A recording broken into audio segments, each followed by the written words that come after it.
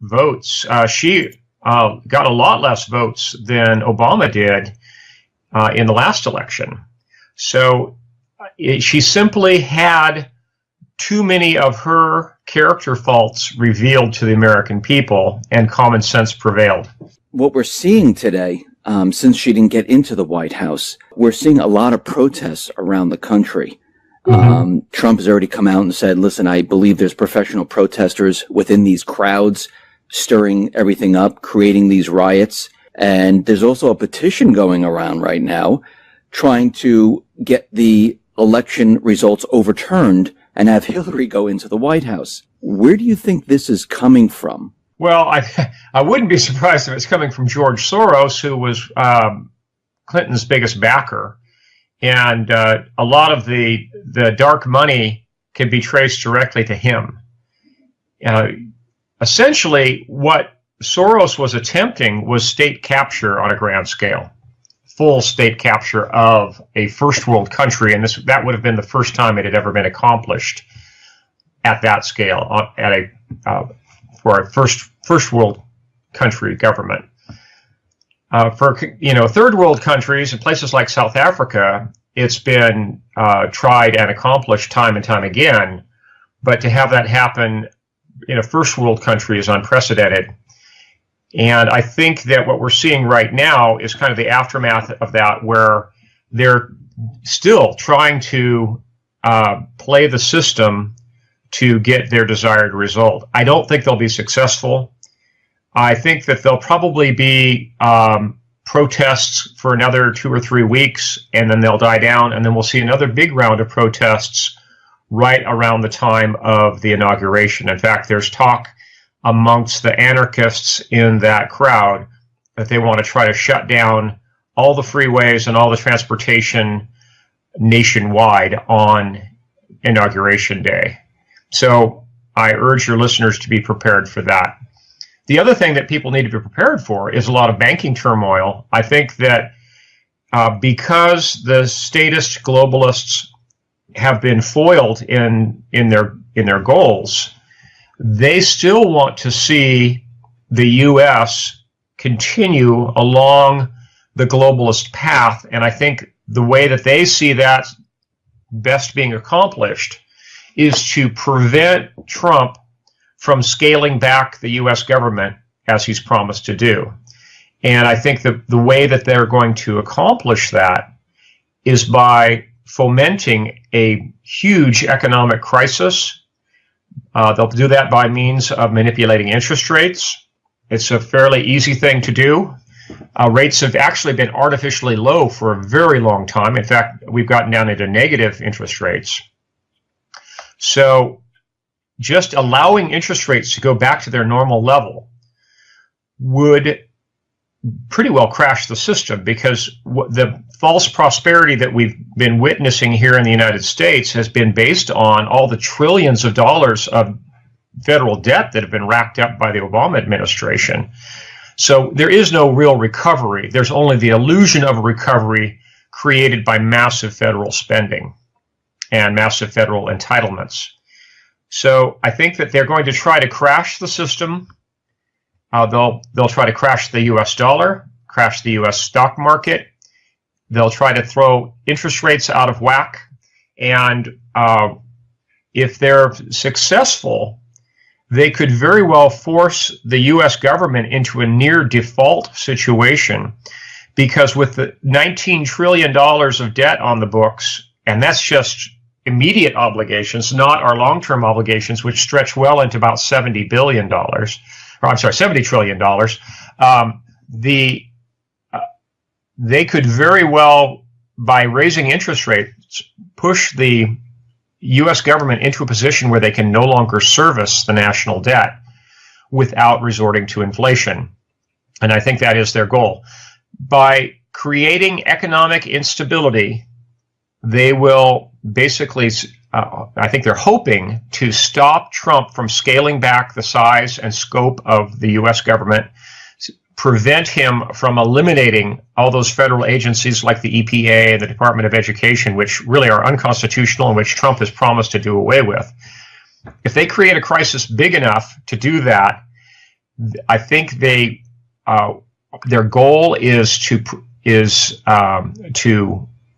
throw a monkey wrench into Donald Trump's plans.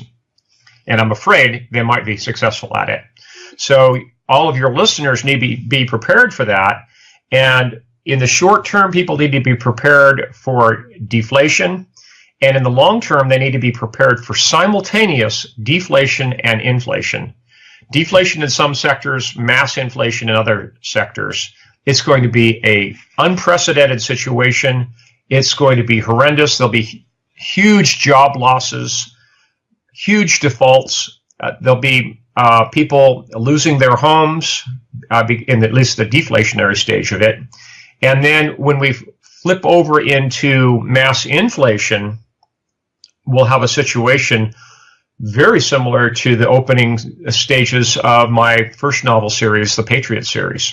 You just said quite a bit, but I just want to back up for a second with Trump, and we can just tell that they're really afraid of him. Do you think that before he gets to January, do you think there will be an attempt on his life? Do you think they'll go down that route? Well, I think that they won't attempt to have any kind of economic crisis until after Trump is in office, because I think especially the Democrat Party and Obama in particular is very concerned about his legacy. He's all about his legacy, and they don't want to see a crash while Obama is still in office. So, if anything, I think they're going to wait until Trump is in office, but fairly soon after is when they're very likely going to pull the plug. So do you think they'll assassinate him before he even gets into office? Do you think that's a possibility? I don't. It's definitely a possibility. I don't think it's likely. Generally, the globalists don't do anything that overt. You know, they might carry out an assassination in a second world or a third world country, but that's very unusual in a first world country. Now, what's more likely is they could try to do a Justice Scalia style assassination where they make it look like natural causes. They could say, oh, well, President Trump was worried about his physical health and he started exercising heavily, and he was on the treadmill and he had an aneurysm and he died. Something like that. That's much more likely than having a bomb go off and taking him out that way. But they've already attempted to assassinate his character. It's not inconceivable that they might attempt to physically assassinate him. So where does the military stand in all this? Are they behind Trump or? Yes. Yes, I think that the military, by and large, will back Trump. And we have a very apolitical military. It's ever since World War I, the military has structured itself in such a way that they're completely divorced from politics. And that's why in a lot of countries, there's always the lingering threat of a military coup. That really doesn't exist in the United States in part because of the professionalism and the professional education of our military, which puts service to the Constitution first. And as long as we have at least a quasi-constitutional government, the military will always remain loyal to the government. Let me ask you this. Do you think this entire election, do you think this was a silent coup in the works? I mean, we heard rumors of this where there were certain individuals. If anything, if you want to use the term coup, it was a quiet attempted coup and then a counter coup. Because what we really have was the American electorate speaking and saying, we're tired of all this globalism. We're tired of statism. We're tired of the good old boy network. We're tired of the almost interchangeable Republican and Democrat parties. There really is not a nickel's worth of difference between the two parties at this point. They're both bloated, government-oriented parties that are addicted to debt. They're addicted to big government, statism, regulation, and unfortunately, increasingly, a surveillance state. They're both fully committed to it. So I think what we saw in the election was a rejection of that whole philosophy. And hopefully, President Trump will have the opportunity to reverse a lot of that. And he'll have a bit of breathing room to make that happen. But with, my personal prediction is that they're going to foment a economic crisis that will at least delay, if not unravel completely, Trump's plans to scale back the government.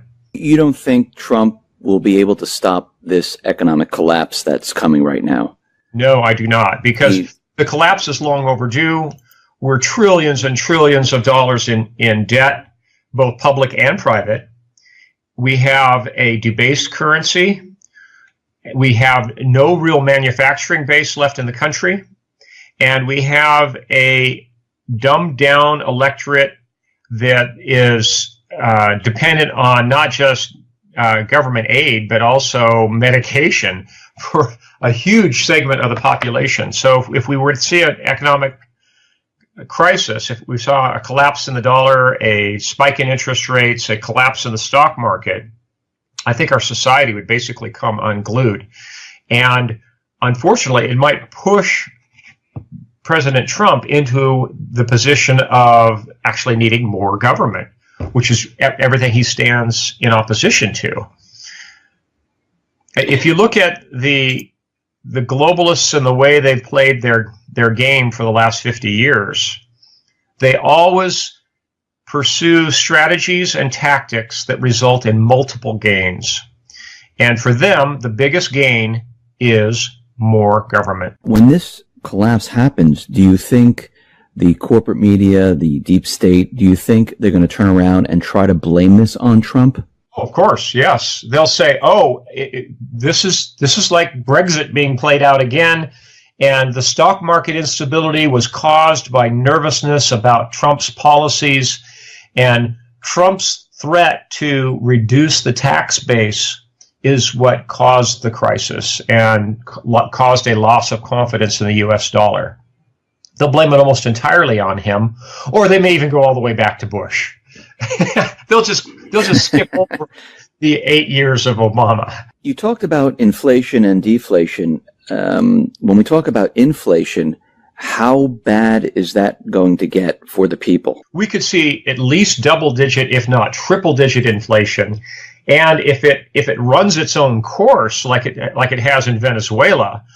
The problem with mass inflation is once it gets started, it becomes a self-fulfilling prophecy. And you have inflation built into the system, so once that steamroller gets going, it's very hard to stop it. The expectation of further inflation is inflationary just in itself. Do you see the credit market breaking down? Because a lot of people have been talking about bare shelves in the supermarket, credit freezing up, supplies not getting to where they need to go. Do you see that occurring also? Well, we're going to have a really curious, unprecedented situation where we have deflation followed by mass inflation, but still some deflation in some sectors such as housing and also corporate real estate. I think will also be in a deflation. But it's going to be a strange situation where through a credit crisis, we could see liquidity dry up. But at the same time, with high interest rates, we could see price inflation at the consumer level, especially for things like food and fuel. So it's going to be a really strange situation. It's going to be a whipsaw effect where people are alternately hit by both inflation and deflation. They're going to see consumer prices go up, but their wages may actually be stagnant, and the value of their land, their property, going down. We could see deflation in that sector. So it's going to be a just absolutely terrifying situation for most Americans. And the only Americans that will be insulated from that will be Americans who have diversified into tangibles and into precious metals. The rest of the country that they're so stuck in the system, they really haven't been preparing. They have no knowledge that this is coming. Could we see chaos on the streets, riots? Where people, get so upset and so angry. Do you see that happening?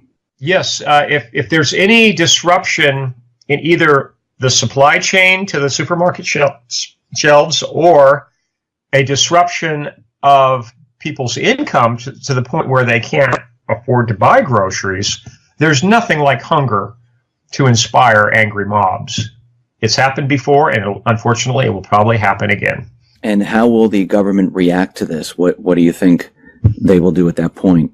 Unfortunately, I think that the natural reaction will be a crackdown on the rioters and promises of an endless supply of EBT cards, where they'll create a massive dole.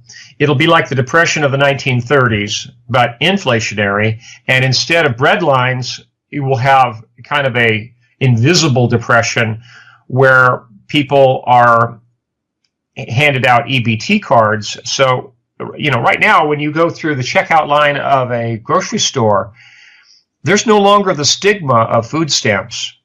People are using EBT cards, and you have no way of knowing when the person ahead of you in line is using a credit card or whether they're using an EBT card for their purchases.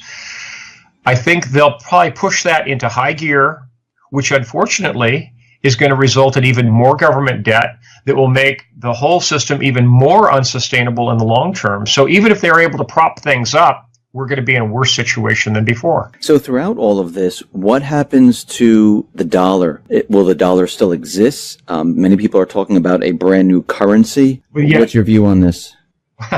Well, I think that the real goal of the globalists is to have not just electronic currencies for individual governments, but a global digital currency.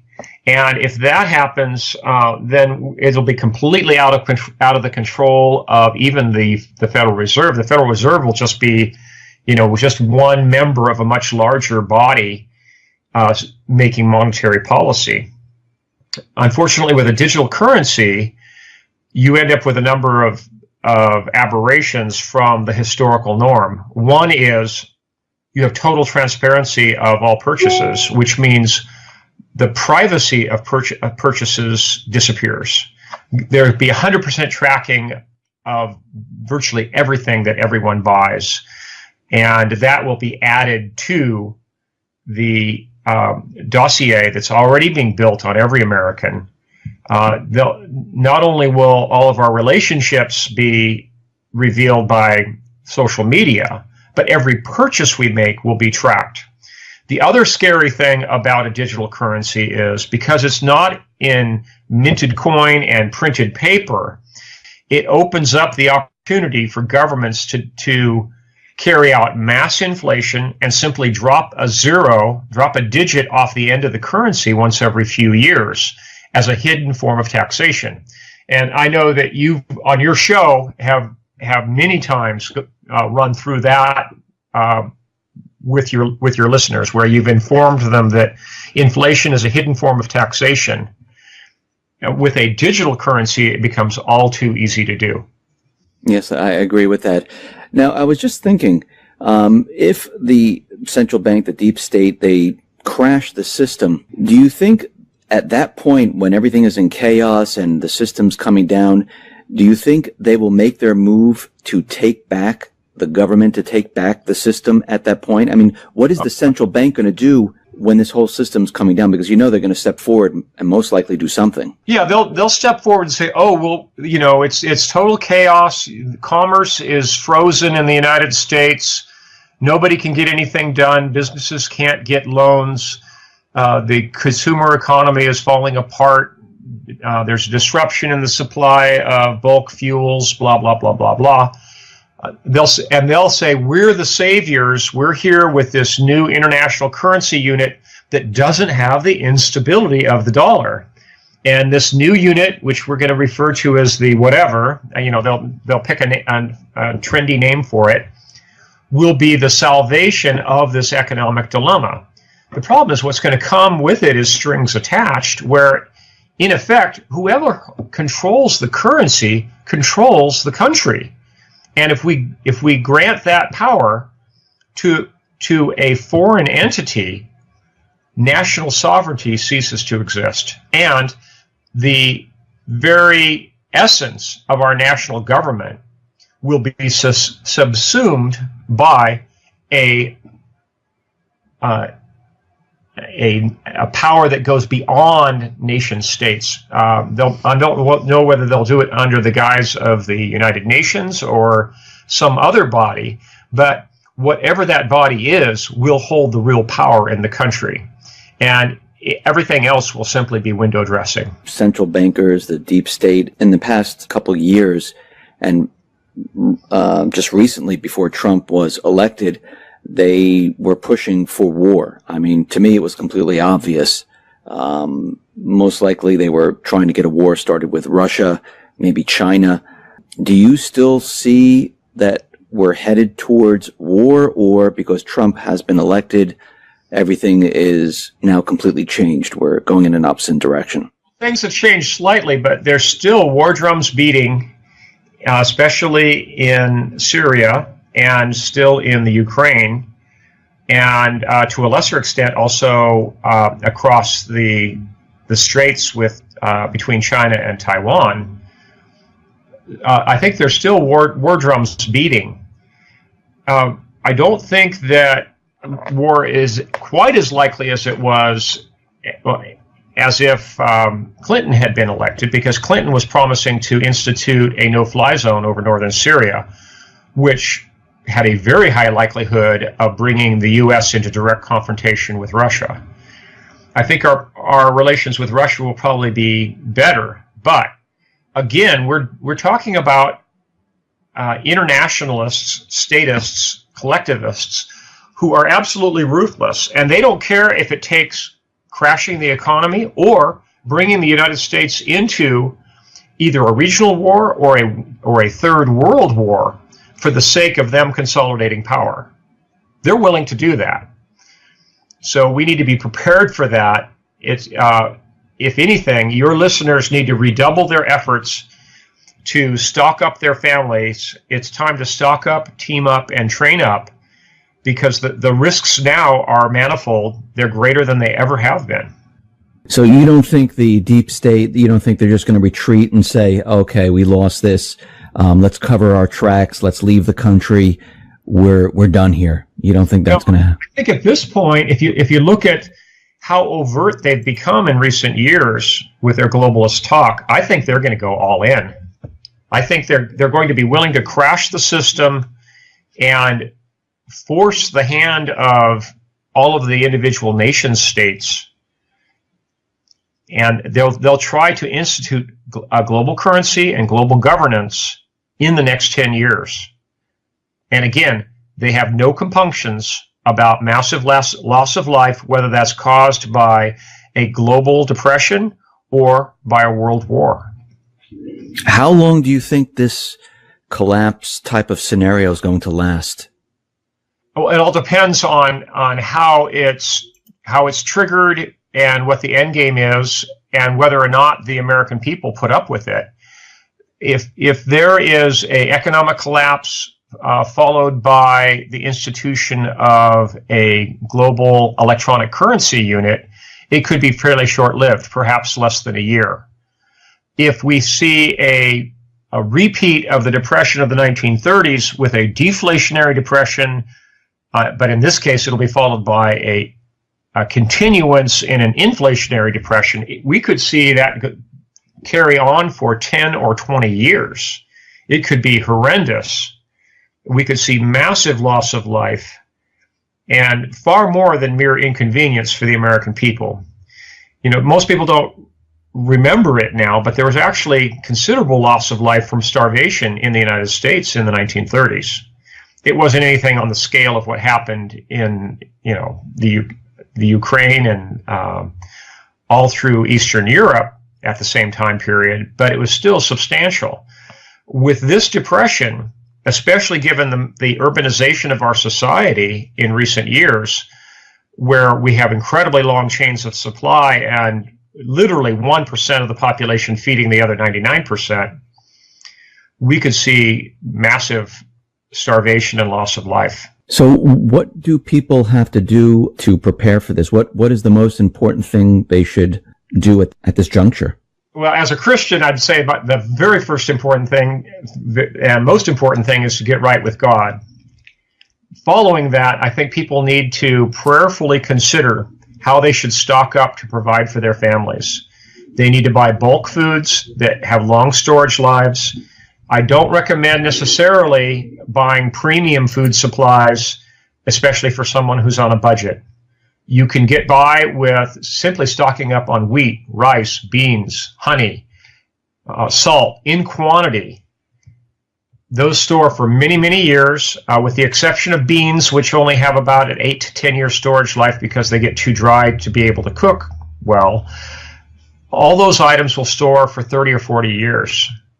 So the wise course of action, both to provide for food for your families and as a hedge against the coming inflation, is to buy those bulk foods now while they're inexpensive, store them in vermin-proof containers with oxygen absorber packets, and stack it deep. People need to have a deep larder at this point.